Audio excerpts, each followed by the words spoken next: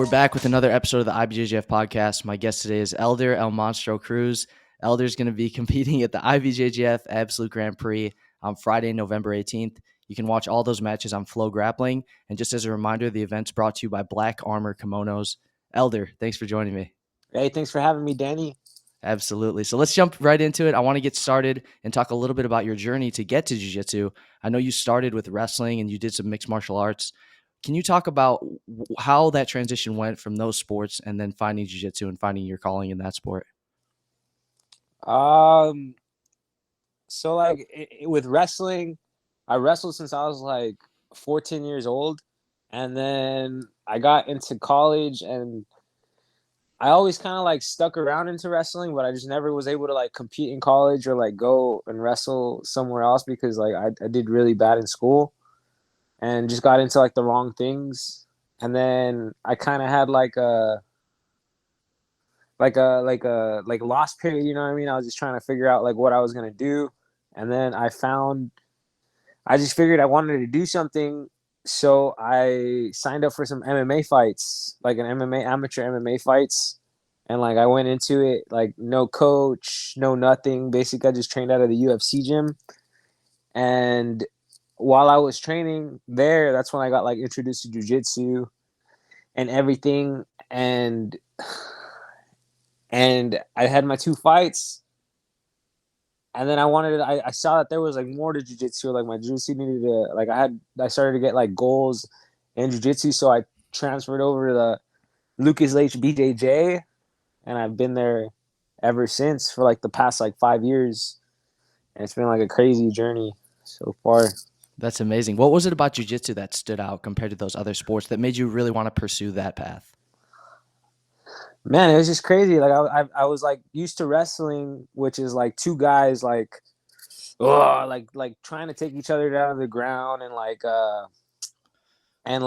you know what I mean? Nobody wanted to really like be on their back or anything. And I remember like the first couple of practices, like I went to jiu-jitsu and like I got beat up by somebody that was like way smaller than me or tapped out, and I was kind of like, whoa, what's going on here? And then so I liked that part about it. And then I got to like go up against guys that were like really high up like in the level. Like I remember rolling with DJ Jackson when I was like a white belt, and like I kind of just like I kind of got like the idea like, man, I can do this. Like I'm gonna be at the top of this. Like if I just keep going with it, you know. Yeah, you mentioned that Lucas Leach was your coach. That was the first gym that you walked into was his. What has his role been in your development in jiu-jitsu? Man, Lucas Leach is the man, the man. Like I remember, he's just been like he's like he's like my coach for sure, but he's like my friend, kind of like a stepdad. You know what I mean? Like always has his best interest in like helping out like competitors he feels like have like passion for it, and like he's just helped me out a lot like throughout this journey, like in whatever ways he can, you know what I mean? Like always pushes the training really hard, always like asks you how you're feeling, always like, you know, like is there like to be supportive of of whatever your goals are. And I kind of credited him like because most jiu-jitsu gyms, like I feel especially nowadays, they do like you're either like a straight gi guy or you're straight no gi guy. And I remember like since I started, like Lucas would always tell me like, yo, like do both gi and no gi. Like doesn't matter. Like do both. You're gonna get more opportunities. And he was right. Like since I did both, like see now I just got done doing like a no gi tournament, and then this like the no gi pans, and now because I've done gi before and like I won worlds in the gi. This opportunity's coming up in the gi as well. Yeah, you mentioned the no-gi pans, and we've seen you compete in the gi as well. Do you feel like your background in wrestling and mixed martial arts, where you have the great takedowns, the great top control, do you feel like that's been a big catalyst for you to have so much success, both gi and no-gi? Oh, 100%. Like that's kind of like my style, like because of wrestling and all that. Like I knew that was my advantage, so I made sure like to like make my jujitsu kind of to make my jujitsu style that way, like make it where I take you down, I pass your guard, I get to your back, I try to submit you that way, like smothering you basically. So yeah, 100% my wrestling has been a big part. I want to talk about one of your biggest gi accomplishments. You won the 2022 Worlds at the brown belt level.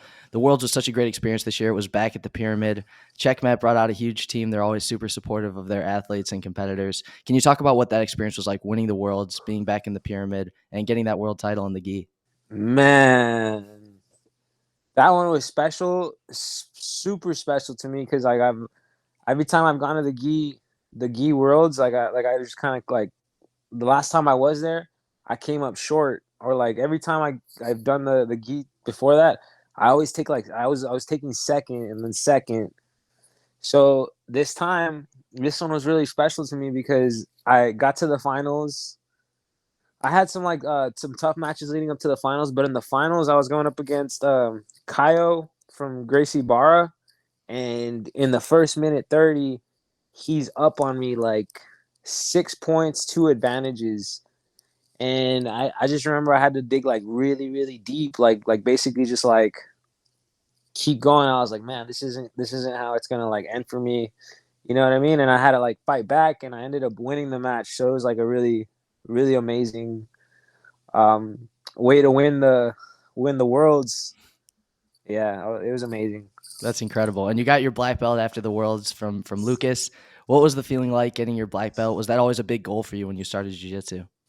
Of course. I think it's like a goal for like everybody, but it was just like, man, I remember like when you get your black belt, it's kind of like one of those moments where you can't help but like cry just because like you like know how much like you've been through to like get to where you're at right now. You know what I mean? Like all those feelings. You start thinking about like all those feelings, all those like all the tournaments, all everything you had to do to like get there. It was worth it. You know what I mean? Like so, yeah. That's amazing.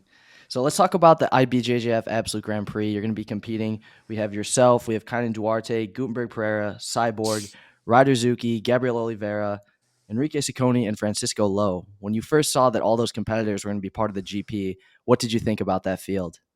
I'm gonna win. No, I just well, yeah. I thought that like obviously you got to think you're gonna win, but it's just crazy. Like I was like, I remember like 4 years back, like when I was at the blue belt worlds, like all these guys were like already black belts, except for like maybe Francisco Lowe. But all these guys are like already black belts and like doing things. So it's like it feels really good to know that like I'm already like on like that stage with all these guys. You know what I mean? Like I feel like this is um like the goal is to win, but this is also like great preparation for like the next IBJJF like gi season because like my goal is to be like world champion in the gi this like next gi season coming up. So it's like I'm glad that I get to like step on the mat with like all the guys that are like the best in the gi right now. That's interesting that you said you watched some of these guys coming up. You were a blue belt. Some of these guys were already black belts. I think in particular, Kynan, Cyborg, and Gutenberg have been black belts that are more so veterans at this point. Did you watch any of those guys coming up through the color belt ranks and look up to their jiu-jitsu? Bro, no no cap. I remember in my blue belt, like when I made it to the finals of the blue belt worlds in the gi, I was like super hyped. And I remember this was like when Gutenberg was like really popping, and like I was like a fan of his at the point. And I remember like walking down like he was like standing right there because I had just beat like one of his GFT guys, and I couldn't help but be like, oh, like Gutenberg, like like shake his hand, like I was like, ah, you know what I mean? And yeah, I just remember like seeing all these guys, and now I'm here. You know what I mean? I'm coming for all their necks now. Now I'm not a fan, but I'm like a competitor against them. So it's like you know what I mean? It's cool. Were there any of the guys that when you first saw all their names announced that you thought would have a good match with you that you'd really like to compete against? Yeah, man. I wanna fight Ciccone again. You know what I mean? I want to fight Ryder Zuki. I want to fight Kynan Duarte in the gi because he's like the defending world champion. So like I want to see, you know what I mean? If like my goal is really to be world champion, I need to see like what it feels like to go up against like those kind of guys. You know what I mean? So I think to be honest, though, I think I'd put on a great match against like anybody. Like I like to make the crowd excited. I like to put on a great performance. You know what I mean? Absolutely. So I know you feel like you're going to advance to the finals on one side of the bracket. If you had to make some predictions and predict who you'd face in the final, who do you think that's going to be? Who did I predict?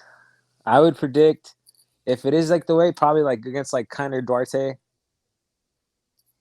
Awesome. How do you see that match playing out between you and Kynan? Oh man, he's strong in the no gi, so like I would only imagine that his like grips in the gi are like even crazier. So I would like I for sure think I would have to take him down, or he'd probably like pull guard right away. But I keep the pressure on him, keep the pressure and kind of like frustrate him, not let him do anything, and then like figure out a way to like either pass his guard, or like if I'm able to like take him down on like one of those quick on those quick takedowns, then that's probably how it'd go. Well, Elder, thanks so much for your time today. Again, I really appreciate it. You guys can watch Elder and the rest of the IBJJF Absolute Grand Prix on Friday, November 18th. You can watch it on flowgrappling.com. And the event, like I said, is brought to you exclusively by Black Armor Kimonos. Thanks again, Elder. We'll see you guys soon for another Thank you, episode. Danny.